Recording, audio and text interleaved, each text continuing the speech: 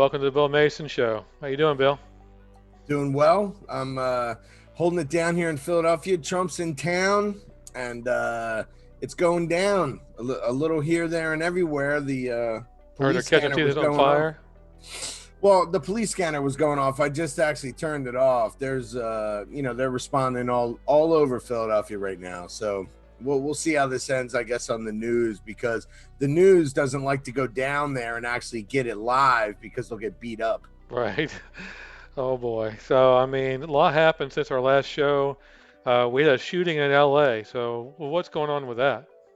It seems like just like the general consensus is there's this weird war on random officers of the law. They don't have to be even engaged in anything now. Like we talked about last show, that now when the officers have somebody pulled over, that they gather a crowd and people heckle them and try to interfere with the arrest or whatever it is. Now there's officers just sitting in a running vehicle and somebody will come up and try to assassinate them. This is the war on cops.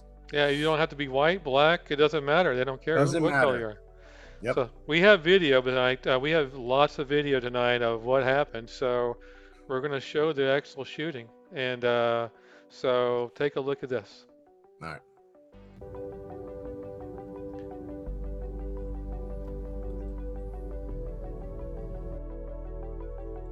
All right, so there it is. So that's what happened. So we're going to play it again. We're going to do it again. We're going to commentate, and we're going to say, what's going on here. Okay, take a look.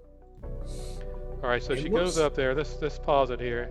Yeah. She goes up there and shoots him. It looks like it's a woman, though, if you look at it. Or, yeah, I thought it was like a little person at first. Like the run on it looks awkward. Yeah, it looks like either a young person, a young short person. Yeah. Or because you look at their height, their eye level with like the door handle. It's weird. It is, yes. And she knew, or he knew, that they were there. They were just stalking them. Maybe they go there a lot. That's an ambush, and I heard another guy talking about it today, that now police being ambushed, it now outnumbers the amount of shootings of police versus black people. So it was 9. The last total was 9 police shooting involves or deaths, actually. So it's a little skewed. So the actual deaths of police versus black men was 9, and then this is the 11th ambushing of officers just sitting in a car. Now, those two, I think, are in critical condition. I'm not sure how they are now, but this morning they were both in critical. So it was point blank range, and they were shot in the upper chest and face. Well, it seems that they are going to survive. That's what I heard.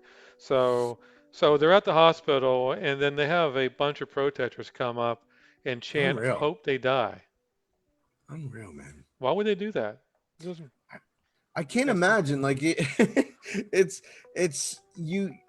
you're pushing the envelope so far that a normal person can't even understand this movement anymore, or where it ends or where it goes. Like, how do you process the fact that you are involved in a shooting of law enforcement that weren't engaged even in anything that they deem like unacceptable? It wasn't like they were beating a black person or even pulling over anyone. They were sitting there, most likely eating, based on the time of day. They were probably eating, right, or whatever they were doing in a parked car. But like, now you're going to go to the hospital, protest the fact that they're getting medical treatment, and they were trying to break into the hospital. And then, where does it end, man? This is the craziest time to be alive. It really is. It is. So we have video of them chanting, "Hope they die." Just take a look.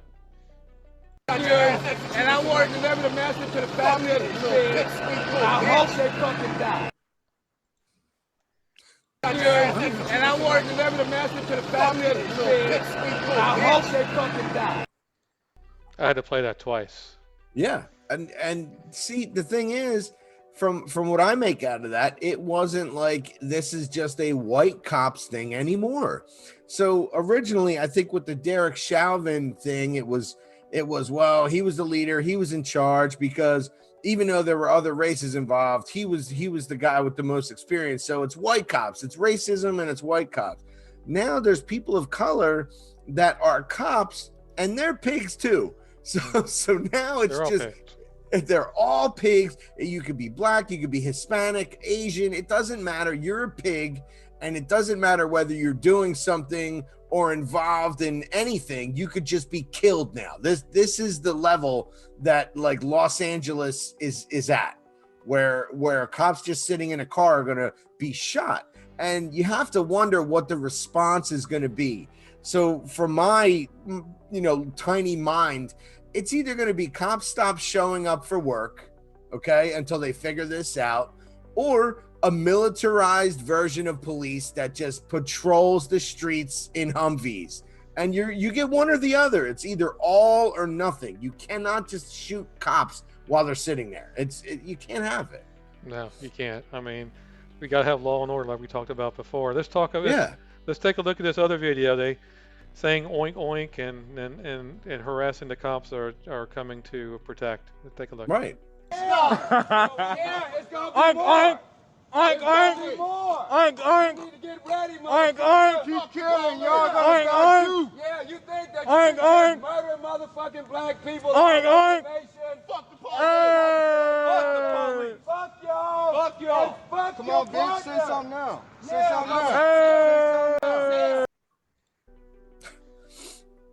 I don't know. Like I said, that was a black female cop. Right. And the craziest part of the whole police officer versus the neighborhood like dynamic is that a lot of these cops, even if they don't live in the worst parts of the city, because of course you don't want to live in the worst parts of the city, no one does. They live in traveling distance to these areas. They see these things every day. They know who calls police. And my thing is that for someone to really hate the police presence, no one calls the police more than these neighborhoods. Like they literally invite the police into these weird situations, like the one that just happened recently. There was one in Pennsylvania. I mean, these guys run out of the house with knives, with they're naked in the street, high on PCP. They're not just stumbling upon these situations, they're being called into this. So for someone to hate the police and no one calls the police more than them, it's just my head's exploding. It's almost like you want to say, okay, take a week off, don't call the police at all, and you guys do it. You guys go out and handle all the mental health tragedies and people that are naked high on PCP. You guys go do that. Handle your own neighborhood, because in the end, that's what they want. That's what they're screaming for. And when they get it, they're not going to like it. No, especially when they're in trouble. Right. When and here's the thing about the abolishing of the police. I heard a perfect example, from an older woman. She's very capable, but she's in her 70s, and she said, I can't, defend myself. I want when I call the police, I want people that are going to show up ready to jump in. I don't want a social worker. If I'm calling her because somebody is banging on my door with a knife, I don't want a social worker or some other person. I want two of the biggest, baddest cops that I can get. And she was just being honest. Yeah, well, speaking of banging on the door, we have a video of protesters banging on people's doors. Can you think of it? Somebody come up to your house and start banging on your door? It's just if it wakes me up in the middle of the night, they will have a problem. I'm just saying, I can go through doors. I'm not opposed. Let's take a look at this.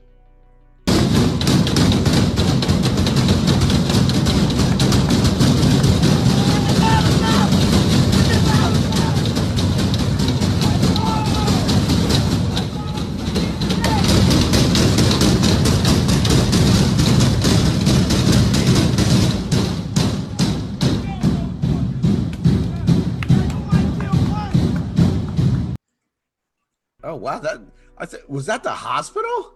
It could have been. Guys are, I think that was the hospital. Looks like it was a porta potty or something. I mean, no, I think they Close the were door. beating on like the service entrance of the hospital. Yeah. That vestibule thing looked like where like the ER would come out on the side. It And I was does. It does. So, unreal, man. I mean, the thing is, I think they're empowered by each other. So when you get like a mob of people, it's almost like you turn off your intellect and you turn up your aggression, and then you just become like these animals. And the things that happen sometimes they after the fact, some of these people have even come out and said that they were Antifa for 5 years and they had to stop because they would have remorse. They would go home and go, wow, I hit a regular guy with a bike lock. He wasn't even involved. So, I mean, this whole mob mentality that they're all fired up and ready to like do whatever damage to a person, place, or thing. Some of these people are going to conscience up and stop, because the Marxist movement that they want, I think if they were to actually get it, they would be horrified. right. Well, it's like you're in high school and you act up and you follow the crowd. Right. Basically, same thing. That's what And, this and, is. And they think there's no repercussions. Yeah. And I also heard, people blaming this on the lockdowns and the coronavirus, that you take all these 18 and 17-year-olds and pen them up for so long.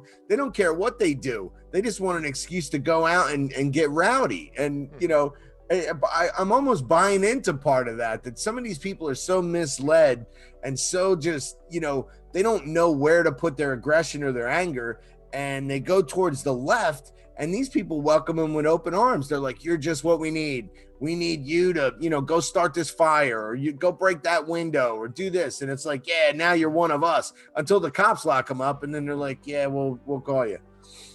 That's true. So, I mean, there's a lot of stuff going on. Now, we have a great video about Antifa, and so we're going to show that real quick. And here we go. Antifa are masters at doublespeak. It goes from the name and it flows down. They call themselves anti-fascists. They're anything but. They're a movement made up of radical extremists, anarchists, and communists, and they're agitating for a political revolution in the United States. They truly believe that they're part of the vanguard to achieve this. And violence is not a bug, it's a feature of the movement. My name is Andy Ngo, and I'm an editor at Quillette magazine. You might recognize me as the person who was beaten and robbed by Antifa in Portland. But what you may possibly not know is how my family's experience informs and intersects with how I cover Antifa. Both my parents are from the former South Vietnam. They actually lived through a Marxist revolution. My father, as a young man, was sent to a re-education camp. My mother, as a teenager with her siblings and entire family, were relocated to a labor camp. Antifa views the United States as an irredeemable country and concept.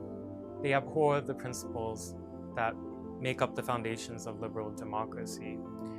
If they were to achieve their goal, there wouldn't just be the destruction of the state, there would be the silencing of all oppositional views.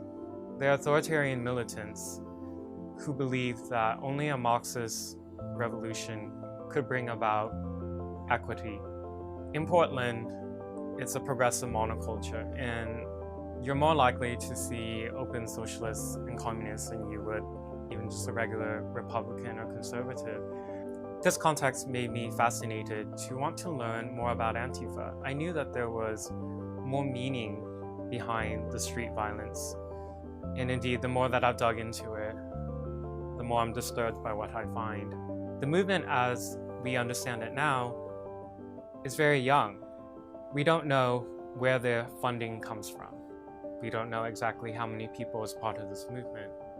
This requires academic research, requires research in think tanks, and it requires authorities to investigate.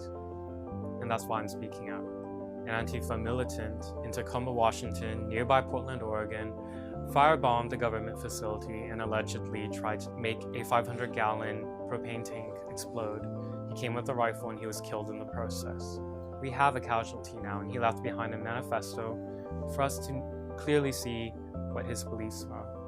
On the 29th of June, I was beaten and robbed by Antifa. They attacked, ended up with me getting diagnosed with a brain hemorrhage. I'm going to continue to suffer for some time as I work on my recovery.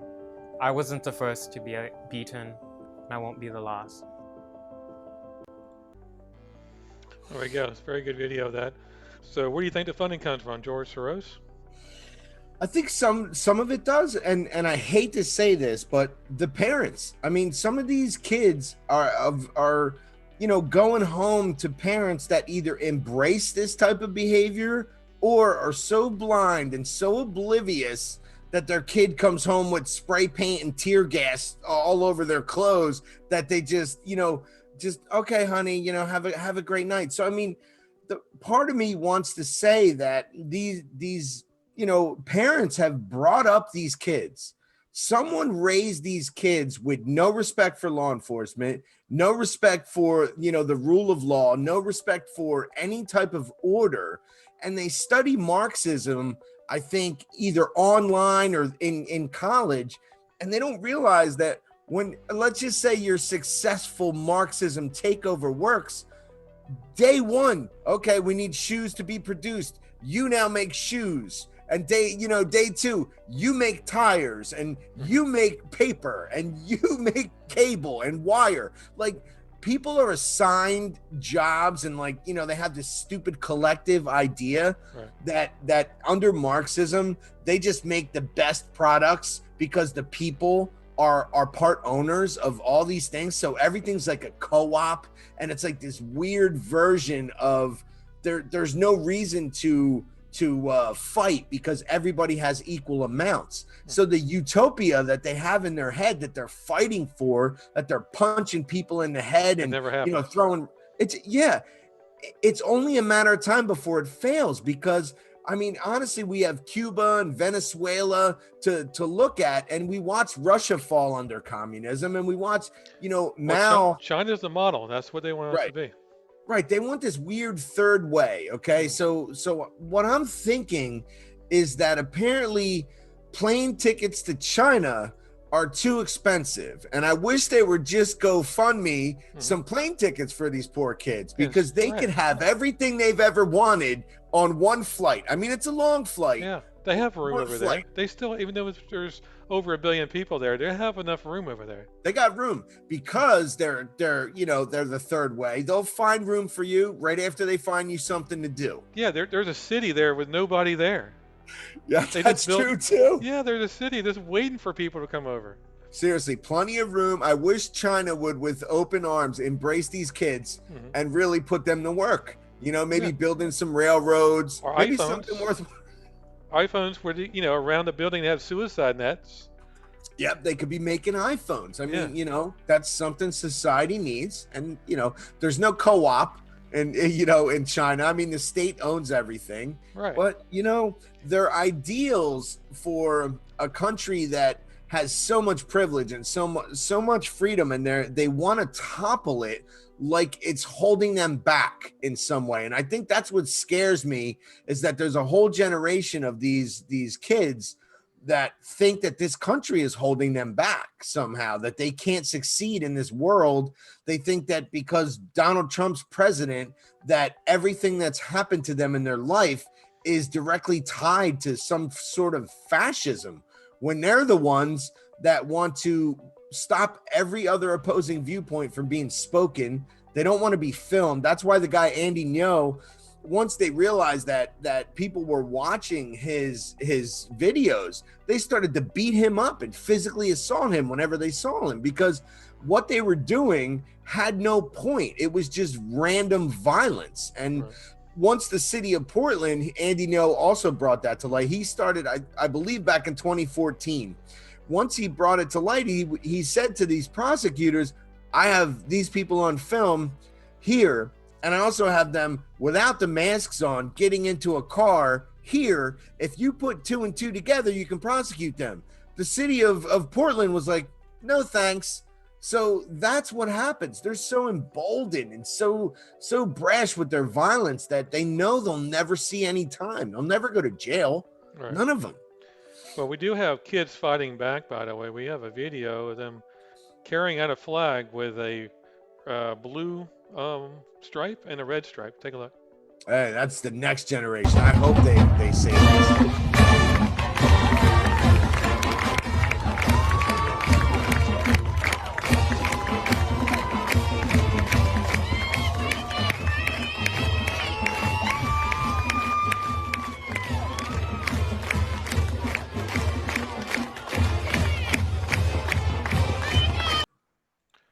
And those kids were suspended.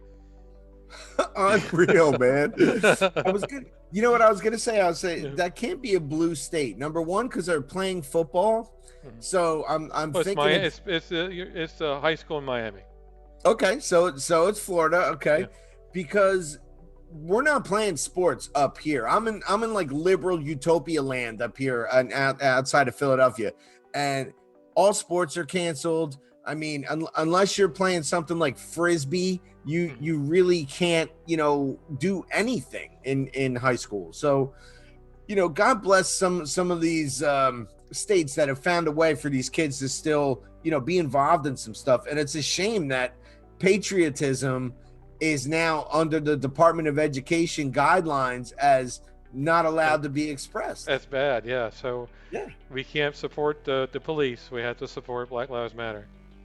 It's so upside down that honestly I would never imagine myself like telling somebody the story of 2020, because if I had to tell the story of 2020, I'm sure someday my grandkids, I'll be telling them the story and they won't believe me. No. Because I'm hoping that this country bounces back. And I'm glad that there's kids in high school right now that are still patriotic and still want to, find a place in the world and maybe raise a family. That's what happens when you wave the American flag.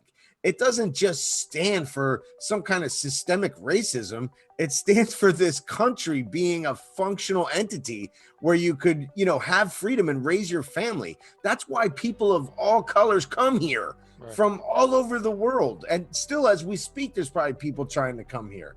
And the most racist slavery, started country to ever live, but people are dying to come here. So I don't get it. I don't get it either. Well, thanks for watching tonight. That's the end of the show. I see you're still looking at the scanner.